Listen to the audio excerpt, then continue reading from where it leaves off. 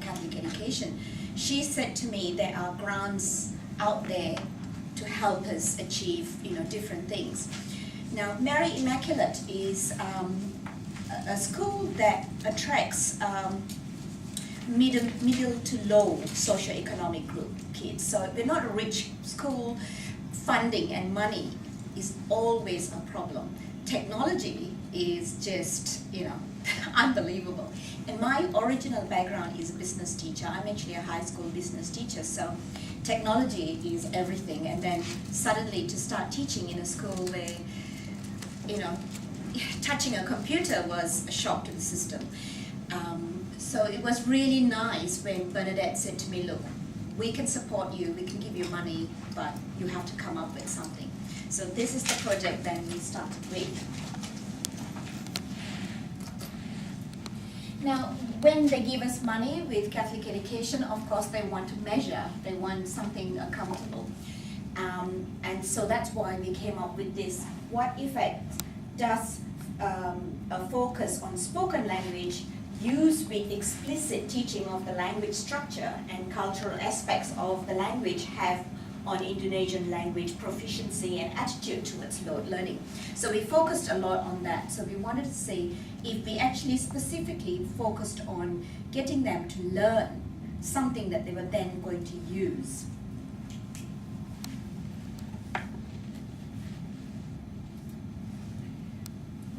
The main purpose here was for communication in Indonesian, to use the language. After learning for 3 years, they had a lot of words. They knew a lot of words, but now trying to get them to put that into a sentence and actually communicate that comfortably with somebody else was hard.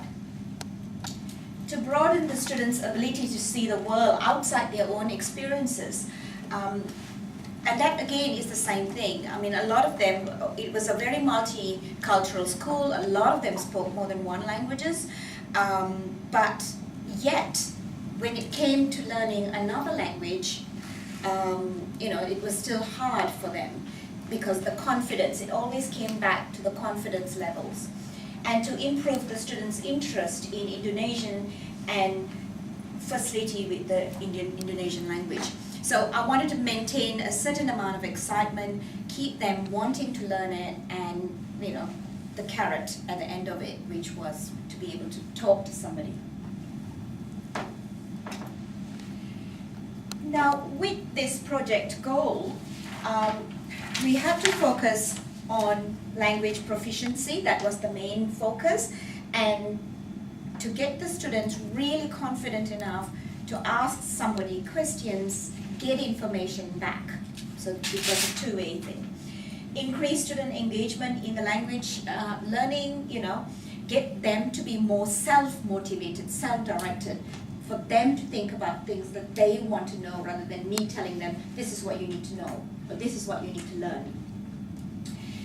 Increase student interest in the language and culture. Now, when in the classroom, we talk a lot about the culture and the differences in the food and the lifestyle and so on. So now it's coming back again to get them interested in getting that information from people. Improved teaching practices. I mean, we get told only 100,000 times, use technology in your teaching, use technology, use whatever students are interested in, iPhones, iPads, anything that they are interested in is a winner. So that's why we sort of thought, okay, iPads. Teacher participation in professional development, the inquiry model of learning, action research model. So again, there is focused on getting the students to ask, direct, and initiate the discussion rather than me initiating it. Provide data through survey to demonstrate the need for LOTE to be incorporated through collaborative partnerships. Now, we wanted to make sure that right throughout this project that we were collecting enough information enough data, so I could then work with the other teachers, like the SOS teacher, for example. So if she was doing a topic on endangered animals, for example, I could work with her and with the IT teacher as well, and it could be incorporated into a whole term work. Here, encourage students to enhance their own LOTE learning using these new approaches. Again, getting them to initiate it. Provide students with a purpose for using Indonesian. Now, they learn the words, they play games, they have a great time eating the food, but when it actually comes to using this language, they shy away from it. Even after 3 years, they still shy away from it.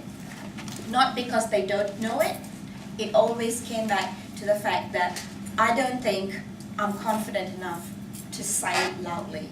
I don't think I'm scared of the other school. So that's done before they even actually got onto the direct Skype. And the reason for that is the accent is always a throwaway. As soon as they speak to the local Indonesian, the accent there is so different and so strong that sometimes it affects their hearing. And here, at this stage, I then had to go back and look at the missing vocabulary that was required, the structures for sentences where, the gaps basically, to tie that together and get them across that. And the third stage is when they actually finally get to start communicating via Skype, email with students in Indonesia. Now, how it worked is I had to, about 5 Skype sessions where they could talk to this other person and collect enough information. They worked in groups of 2 or 3 people.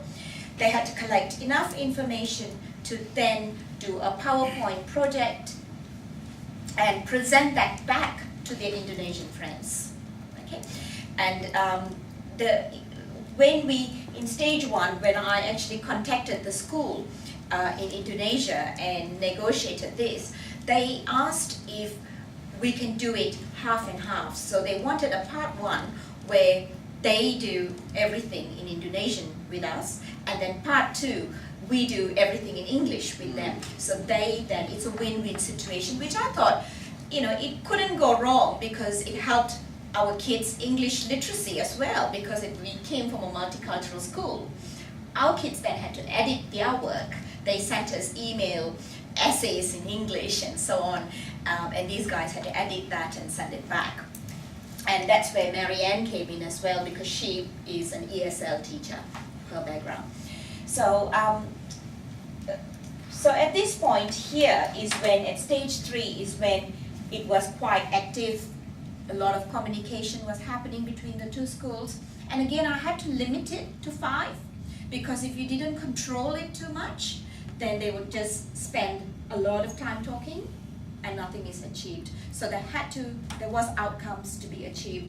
Well, I get to learn new language. I have never done it before.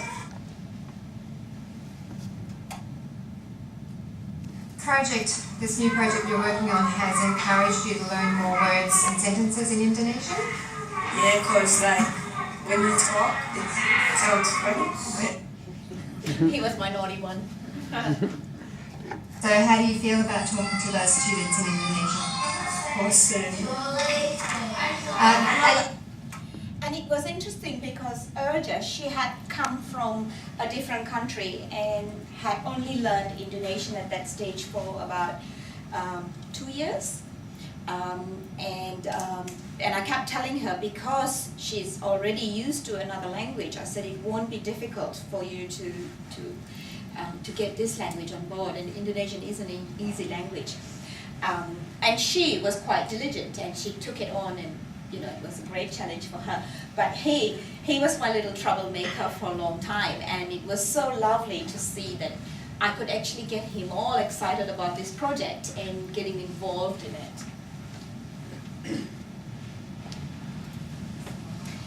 At the end of the project, there was an amazing increase in confidence. 12 confident 8 still not so. You know.